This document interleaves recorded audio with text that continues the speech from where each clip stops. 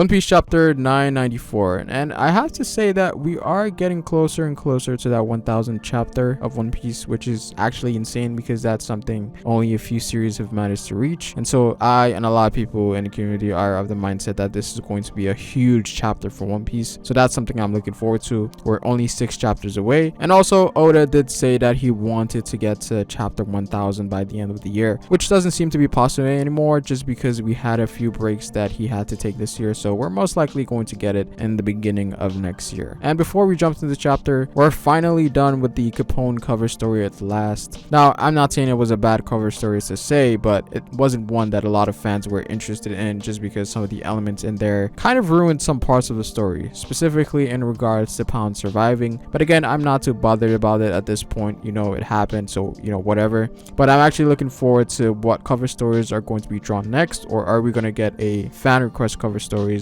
which will be interesting. But I think I would prefer the actual canon cover stories where they show things that are happening elsewhere in the One Piece verse. And again, it doesn't necessarily need to show us things that are going to take place in the chapters that we're going to see moving forward. I feel like he should move on to things that he might not touch on in the actual chapters, because honestly I would really like if we got a cover story that was very similar to the one that we got with the Cypher Paul CP9, whereas we're seeing bits of what happened after they got defeated and lost their position in the world government. So maybe moving on to see what characters like Garp and Sengoku are doing. But again, I'm not really fussed about the cover stories, but it would be really nice if Oda did another one of these canon cover stories focusing on something much more different. But going back to One Piece chapter 994, now there's a lot going on in this chapter, and of course given the situation that we're in, we're moving from place to place because so many things are happening at the same time. And for the past couple of chapters now, we've mainly been focusing on the Straw Hat side of things with Sanji, Luffy, and Jinbei heading towards the top, Yamato and Momonosuke, as well as Shinobu, Zoro, Queen, and the others, and of course Kaido versus the Scabbards. And the chapter starts off with the latter, Kaido versus the Scabbards, where we pretty much left off where Okiku loses an arm, to which we have Kinemon burn the wound to stop the bleeding. And to my surprise, Okiku actually took that pretty well, even though she just lost an arm. And it makes sense given the conviction that they've displayed so far, which is something that even Kaido commented on. Whereas he makes a comment on how he liked the samurai similarly to how he liked Roger and Whitebeard. And Kaido makes a very interesting comment here where he says that in death is when humans truly obtain perfection. I feel like there's definitely more to what he's saying here, and it could really go back to the whole idea of Kaido wanting to die in a very grandiose sort of way, whereas he wants his death to have a stigma of greatness around it. And this could also tie back to Oden and how Kaido was really impacted by the death of Oden, and how Oden was like a martyr to the people of Wano. And then you could also say that Whitebeard's death also reinforced that mentality even more, in which he's trying to create this massive war that could result in his death. So I did find that to be very, very interesting because it kind of adds to Kaido's character to some sense, because you can obviously tell that there's more depth to these words in regards to Kaido. Now it's funny because I did mention in my last chapter review that Kaido will most likely revert to base form to fight the Scabbards in a more serious approach, which has been the norm so far when it comes to zones, whereas full transformation seems to be the weakest. Granted, there is some exceptions here and there, and then base form is the middle form in which the zone user takes a more serious approach, which is what Kaido's doing right now.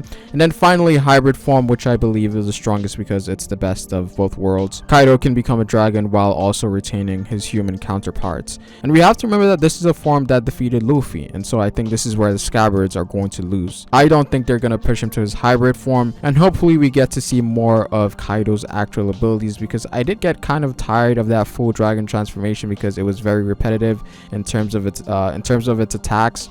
And Kaido seems to be very limited in that form anyways. That form is only good for specific situations, and fighting the Scabbards is definitely not one of them. But I'm actually looking forward to how the Scabbards are going to deal with Kaido now that he's in base form. It seems like, again, the tides of the battle is going to change in Kaido's favor, and then that's when Luffy's going to show up. Now we then move on to Jinbei, Luffy, and Sanji side of things, which is more of the comedic part of the chapter, and they basically run into some gifters here, and these gifters had an introduction that you could say was almost laughable, because they had all this screen time with their introduction, but their smile fruits are absolutely just horrible. Now Hamlet, which was a gifter with a giraffe smile, who literally had his entire body on the head of the giraffe, which is funny because it looks like the giraffe was having a hard time just standing up just because of the weight of the user.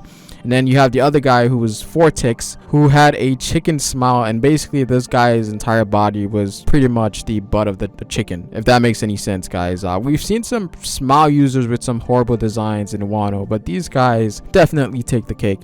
And the funniest thing to me is how they were introduced. Like, there were some formidable opponents for Sanji and Luffy, and of course to which they weren't, as they pretty much got one shot afterwards. I'm not gonna lie, that was kind of funny. We then move on to Queen's side of things with the Excite bullets from the last chapter, and here we come to see how much of a messed up person Queen actually is, which kind of goes along with his personality of being a performer, right? And we're kind of seeing him play that role here again, which is similar to the events of Udon, where he made Luffy and Hyogoro play a game of life and death with the collars and everything.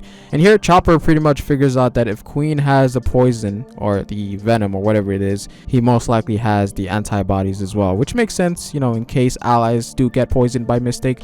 But Queen doesn't care about that. So I feel like the antibodies were made to make a show of people playing with their lives. That was the whole purpose of him creating the antibodies, which is kind of crazy. The guy is a crazy guy, because we also do know that he only made one. So the Straw Hats are pretty much dealing with the impossible right now, and Apu for the most part has become Queen's new play toy, as he was given the antibody, in which everybody there right now is currently chasing him for it, as well as some of the ice demons as well. And Apu kind of deserves it, honestly. This was easily my favorite part of the chapter, and something that I've noticed with the Calamities is that all of them seem to be sadistic in nature, whereas we saw what Jack did to the Minx back in Zou, and we also know that King loves torture based on Queen's comments about him. And this could also easily tie into the animalistic theme of the Beast Pirates, where these guys are just beasts, they're just animals. Now there is a timer on the lives of those affected by the bullets, so the Straw Hats have to act very quickly. Now we do have Robin in there, who has a very amazing ability to catch the prey. So I think Robin is probably going to come in clutch here. And finally, we move on to Yamato's side of things, which made me like Yamato a lot more than I did. And it's very interesting because this is the first time that she's actually introduced herself as Yamato, because for the most part, earlier on, she always kept the identity of Oden. And what I think is happening here is that Yamato is trying to build a connection to Momo in a sort of gradual way, because earlier on, she was basically telling Shinobu and Momo that she was Oden.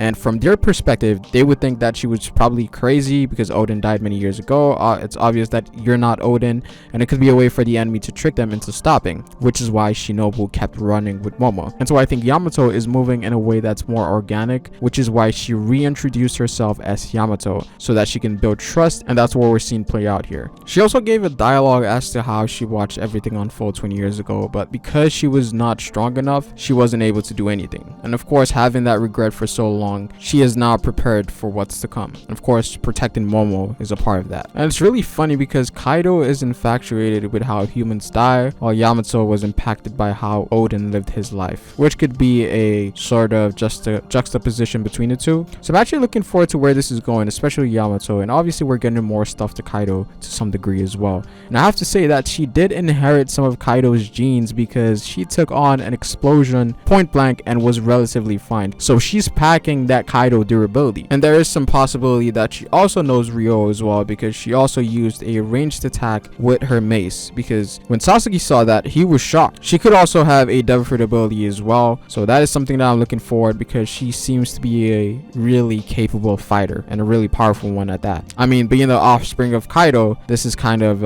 expected. Now, there is a break next week, which kind of sucks, but I think, you know, Oda deserves his break. So we should be back to the next chapter, 995, in like 2 weeks time. Getting closer to that 1000 chapter. But yeah, guys, that's pretty much it for this video. Comment down below what you guys think. Like the video if you liked it, and subscribe for more One Piece content on this channel. It is Pharaoh, and I will see you folks later. Peace.